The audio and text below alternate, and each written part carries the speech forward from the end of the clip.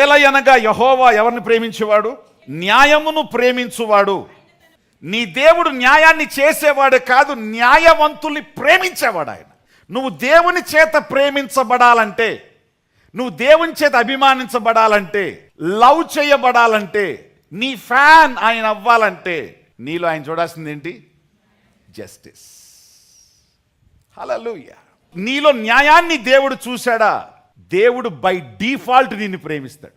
ఒక కాపరిగా ఆదివారం నా న్యాయం ఏంటి, నా ధర్మం ఏంటి, నేను ప్రజల కోసం ఏం తీసుకురావాలి, ఎలాంటి తీసుకురావాలి, ఎలాంటి సిద్ధపాటుతో రావాలి, ఏ విధమైనటువంటి ప్రత్యక్షతను తేవాలి, ఎలా పనిచేసేదాన్ని తేవాలి, నాకు ఎలాంటి పరిస్థితులున్నా నా న్యాయాన్ని నేను తప్పకూడదు. ఈ న్యాయం నాలో ఉందంటే నన్ను ఏం చేస్తాడు ఆయన? ప్రేమిస్తాడు. మిమ్మల్ని అడుగుతున్నాను, husbands, wives, children, sons and daughters, అత్తలో, కోడల్లో, అల్లుళ్ళు, మీ ధర్మాలు, మీ న్యాయాలు మీకున్నాయి. ఆ న్యాయాన్ని మీరు ప్రేమించి ఆ న్యాయ ప్రకారం మీరుంటే ప్రభు మిమ్మల్ని ఏం చేస్తాడంట? న్యాయవంతులను ఆయన ప్రేమిస్తాడు. ప్రేమించిన వాళ్ళకి సహాయం చేయకుండా ఉంటాడా? ఆయన ఖచ్చితంగా వారికి మేలు చేస్తాడు. Praise the lord. అబ్రహాము ఆశీర్వాదానికి అబ్రహాము ఒక్క పని మాత్రమే కాదు, అబ్రహాము దేవుణ్ణి అంతగా ప్రేమించాడు. అబ్రహాము బహుమానం అత్యధికం అవడానికి కారణం ఏంటో తెలుసా? 5 పట్టణాల ఆస్తి అప్పలంగా తన దగ్గరకు వస్తే ఏమన్నాడు?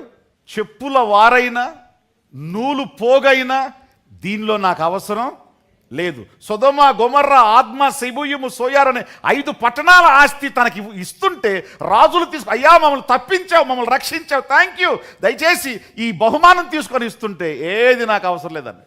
ఎందుకు? ఇది వ్యభిచారుల ఆస్తి.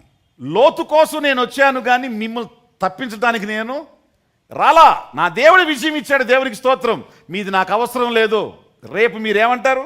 నేనే అబ్రామును ధనవంతునిగా చేసి ఇతనని రేపు మీరు చెప్పకూడదండి. ఇంటికి వెళ్ళేసరికి దేవుడు ఇంటికి వచ్చి, అబ్రహ్మ బాగున్నావా? ప్రభు బలి అర్పిస్తే వచ్చావు, ఇదేంటి ప్రభు వచ్చేసావంటే, పరలోకంలో కూర్చోలేకపోయానయ్యా.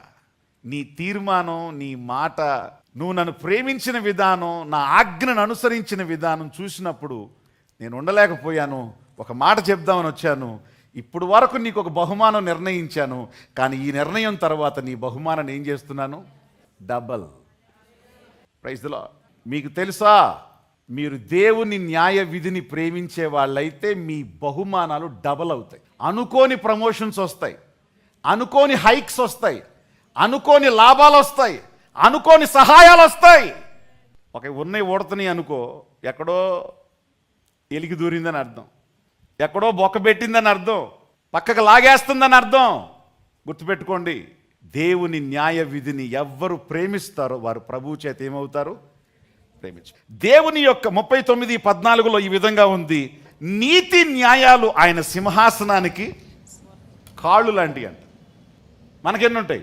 ఒకదాని మీదే మనం ఒకటి ఎంతసేపు కూర్చుంటాం, కింద పడతాం, ఇరిగిపోతాయి. కాదు, నీ దేవునికి నీతి న్యాయములు ఆయన సింహాసనానికి కోళ్ళు ఎలా ఆధారమో అసలు ఆయనకి ఆధారం ఏమిటో నీతి న్యాయమే.